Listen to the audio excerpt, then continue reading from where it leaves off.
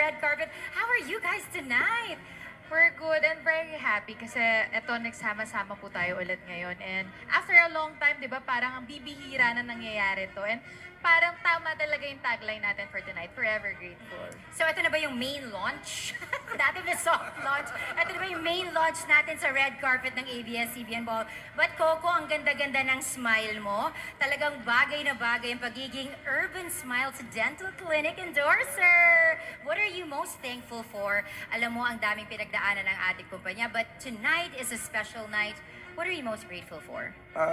Siyempre na hanggang ngayon, nandito tayo, nagsasama-sama para patunayan yung pagmamahalan, pagkakaisa, na hanggang ngayon lumalaban pa rin.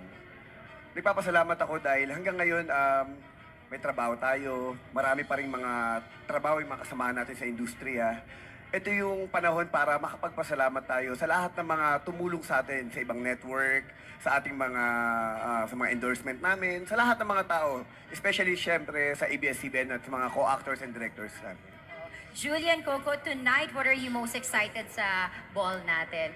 Yung mga friends and colleagues po natin na hindi natin nakikita every time, ngayon mag-gather all together and lahat tayo grateful to be together this evening. Oh, thank you so much for sharing that. At enjoy the night and good luck. you. Anong abangan sa Batang Quiapo? Tinatanong ng mga fans.